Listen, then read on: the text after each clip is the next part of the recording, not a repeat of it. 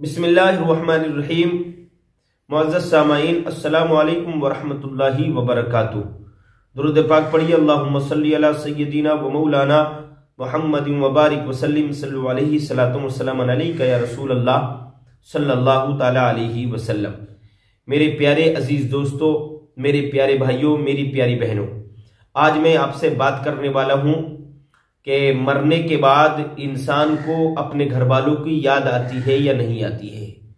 مرنے والے جو مردے ہوتے ہیں ان کو اپنا گھر یاد آتا ہے، اپنی زمین جائیداد، اپنی اولادیں، اپنے رشتہ دار، اپنے خاندان والے، اپنے گاؤں والے یاد آتے ہیں یا نہیں آتے ہیں۔ اسی موضوع پر آج مجھے بات کرنا ہے۔ تو میرے عزیزوں، میں آپ کو بتانا چاہوں گا کہ جو مرنے والا انسان ہے وہ دو طریقے کا ہو سکتا ہے، یا تو وہ نیک ہو سکتا ہے یا پھر وہ گناہگار ہو سکتا ہے، یا تو وہ نیکوکار ہو سکتا ہے یا پھر وہ بدکار ہو سکتا ہے۔ تو میرے عزیزوں، جو نیک لوگ ہیں ان کے بارے میں یہ آتا ہے، جو اللہ کا نیک بندہ ہوتا ہے، حدیث پاک میں آتا ہے جو اللہ کا مومن بندہ ہے یا مومنہ بندی ہے تو اس کی روح بڑی آسانی سے نکالی جاتی ہے، بہت آسانی کے ساتھ اس کی روح نکال لی جاتی ہے، یہاں تک کہ اس کو خبر تک نہیں ہوتی، اتنی آسانی سے اس کی روح نکالی جاتی ہے۔ اور جب روح نکال لی جاتی ہے تو پھر وہ مردہ اپنے گھر والوں سے کہتا ہے، اے میرے عزیز و اقارب، اے میرے گھر والوں، اے میرے بیٹو، اے میرے خاندان والوں، مجھے جلدی تیار کر دو میرا جنازہ اور مجھے جلدی قبر میں پہنچا دو، اس لیے کہ میں جنت کی بہاریں دیکھنا چاہتا ہوں، اور میں قبر میں جاؤں گا تو مجھے سرکار کا دیدار نصیب ہوگا۔ اس سے اچھی بات کیا ہے؟ جب سرکار کا دیدار نصیب ہوگا تو سمجھو کہ مجھے دنیا اور آخرت کی نعمت مل گئی، دنیا اور آخرت کی رحمت مجھے مل گئی، اللہ کا کرم میرے اوپر ہو گیا، اللہ کی رحمت میرے اوپر ہو جائے گی۔ جب سرکار کا دیدار ہوگا تو سارے غم دور ہو جائے گی۔ تو میری عزیزوں، اب گھر والوں کی یاد آتی ہے یا نہیں؟ اگر کوئی انسان نیک ہے، پرہیزگار ہے، مرنے والا بندہ جو مرا ہے وہ بندہ نیک تھا، پرہیزگار تھا، نمازی تھا، زکوٰۃ دیتا تھا، اللہ کے قانون پر عمل کرنے والا تھا، شریعت کے حکموں کو ماننے والا تھا، شریعت پر عمل کرنے والا تھا، تو پھر اس کو اپنا گھر یاد نہیں آتا، اپنے گھر والوں کی یاد نہیں آتی، اس لیے کہ دنیا میں جب رہتا تھا تو ہزار رنگ کی ٹینشنیں تھیں، جب قبر میں گیا نیک ہے تو وہاں عیش کی زندگی ہے، آرام کی زندگی ہے، ہر طرح کا آرام مہیا اللہ پاک نے کر دیا ہے نیک بندوں کے لیے جو نیک ہیں۔ تو میرے عزیزوں، اب جو گناہگار بندہ ہے، جب وہ گناہگار ہے تو ظاہر بات ہے جب وہ گناہ کر کے گیا ہے دنیا سے تو عذاب قبر میں گرفتار ہوگا، تو پھر اس بندے کو اپنے گھر والوں کی یاد آتی ہے، اپنے گھر کی یاد آتی ہے کہ میرا تو بہت اچھا مکان تھا، میری زمین جائیداد تھی، کہاں ہے وہ میرا گھر، کہاں ہے وہ میری زمین، کہاں ہے وہ میرے بیٹے کہ جن کے اوپر میں فخر کرتا تھا، جن کے اوپر میں غرور کرتا تھا، تکبر کرتا تھا۔ پھر وہ کہتا ہے کہ کاش میں نے تکبر نہ کیا ہوتا، تو پھر اس کو اپنے گھر والوں کی یاد آتی ہے۔ اس کو جو گناہگار ہوتا ہے اور جو نیکوکار ہوتا ہے اس کو گھر والوں کی یاد نہیں آتی۔ اب میرے عزیزوں، میں آپ سے یہ بات کہنا چاہوں گا کہ آپ کے گھر سے اگر کسی کا انتقال ہو جایا کرے تو آپ قبرستان جایا کریں اور قبر والوں کو پہلے سلام کیا کریں، السلام علیکم یا اہل القبور، اے قبر والوں تم پر سلامتی ہو، اور وہاں جانے کے بعد الحمد شریف پڑھ لیا کریں، اور وہاں جانے کے بعد قل هو اللہ شریف پڑھ لیا کریں، یاسین شریف پڑھ دیا کریں۔ میرے عزیزوں، اگر یاسین شریف پڑھو گے تو مرنے والوں کو ثواب ملے گا، اللہ کی رحمت ان کے اوپر برسنے لگے گی، اللہ کی رحمت کا نزول ان کے اوپر ہونے لگے گا۔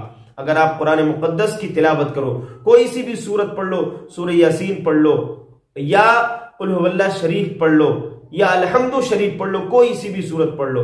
اب میں آپ کو یہ بتانا چاہوں گا کہ اللہ تبارک و تعالیٰ نے قرآن کریم میں متعدد مقامات پر اس دنیا کو چھوڑنے کا ذکر فرمایا۔ کہیں اللہ پاک یوں ارشاد فرماتا ہے، الذی خلق الموت والحیاۃ، الذی خلق الموت والحیا، وہ جس نے موت اور زندگی کو پیدا کیا.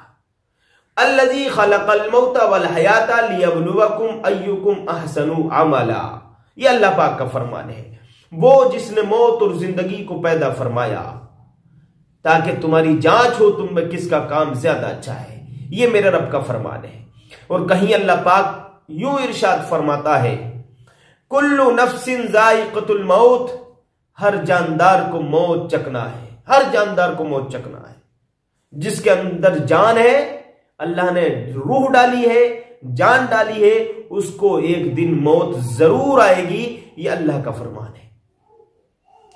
اور ایک مقام پر اللہ ارشاد فرماتا ہے اینما تکونوا یدرککم الموت. وہ کیا فرماتا ہے اللہ پاک؟ اینما تکونوا یدرککم الموت ولو کنتم فی بروج مشیدہ. تم جہاں کہیں بھی رہو موت تم کو پکڑ لے گی، اگرچہ تم مضبوط قلعوں کے اندر بند ہو جانا. تم جہاں کہیں بھی رہو، اس سے مطلب نہیں ہے کہ تم 7 تالوں میں بھی اگر بند ہو جاؤ گے، پہاڑ کے اوپر چڑھ جاؤ یا پہاڑ کی گفا میں اندر چلے جاؤ، پھر بھی موت تم کو پکڑ لے گی. میرے عزیزوں، کہیں بھی چلے جاؤ، کتنے ہی کیسی ہی کوٹری میں بند ہو جاؤ، جب موت آئے گی تو تمہیں موت آ جائے گی. جب موت کا وقت آئے گا تو موت تمہیں آ جائے گی اس وقت. تو میرے رب نے فرمایا اینما تکونوا یدرککم الموت ولو کنتم فی بروج مشیدہ. تم جہاں کہیں بھی رہو موت تم کو پکڑ لے گی، اگرچہ تم مضبوط قلعوں کے اندر بند ہو جانا. میرے عزیزوں، اور ایک مقام پر اللہ پاک ارشاد فرماتا ہے قل ان الموت الذی تفرون منہ فإنہ ملاقیکم. اے محبوب آپ فرما دو وہ موت جس سے تم بھاگ رہے ہو وہ تو تم سے ضرور ملاقات کرے گی.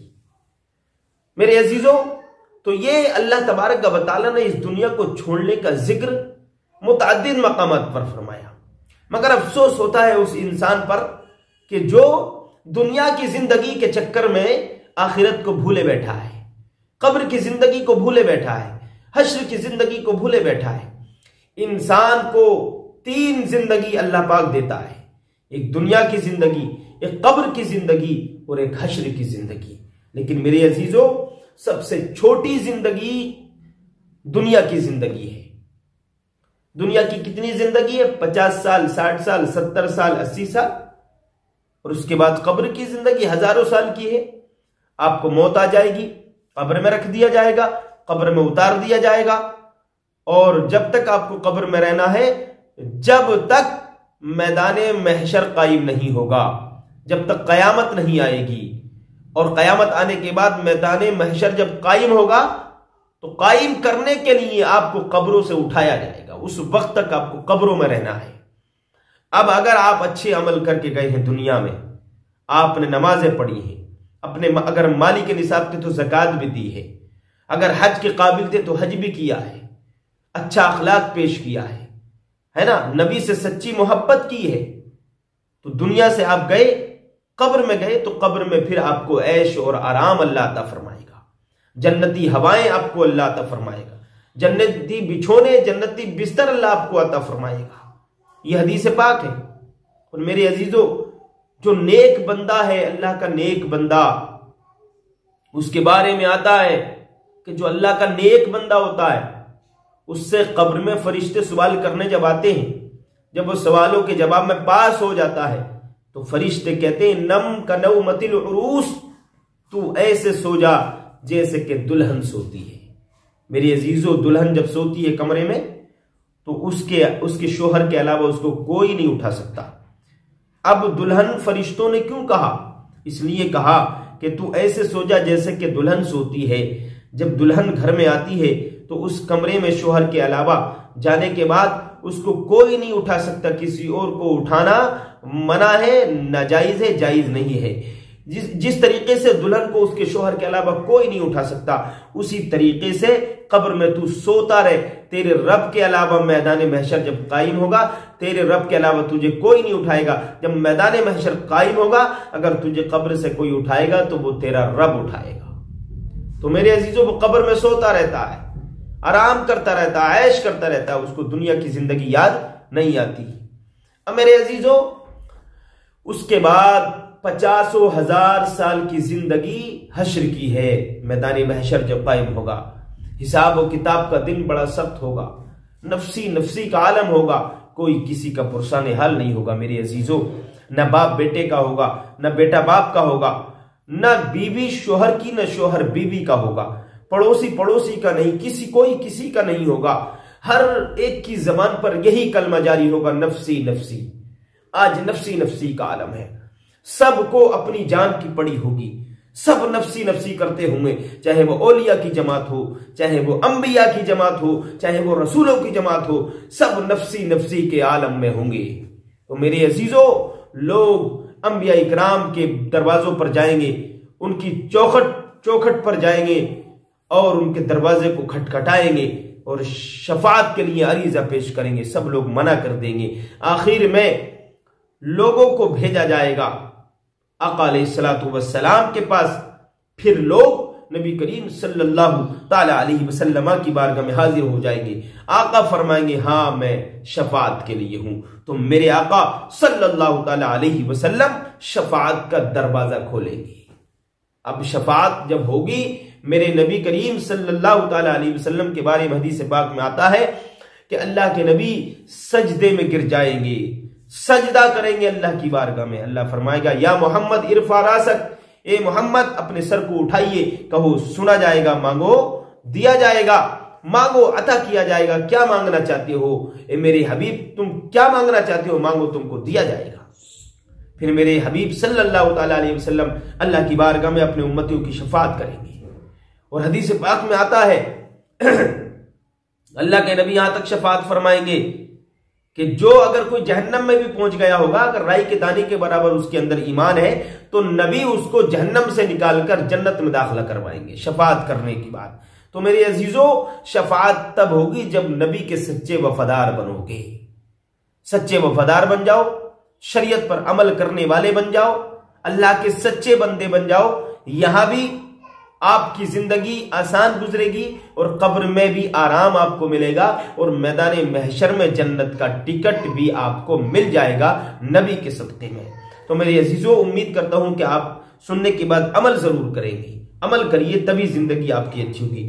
عمل سے زندگی اچھی بنتی ہے میرے عزیزو، خالی سننے سے کام نہیں چلتا ہے۔ اس ویڈیو کو زیادہ سے زیادہ شیئر کریں اور لائک کریں تاکہ کوئی بھی بندہ ہماری یہ ویڈیو سنے یا بندی سنے اور عمل کرے، اس کا فائدہ ہو، اس کی زندگی اچھی ہو۔ آج کے لیے اتنا ہی کافی ہے۔ السلام علیکم۔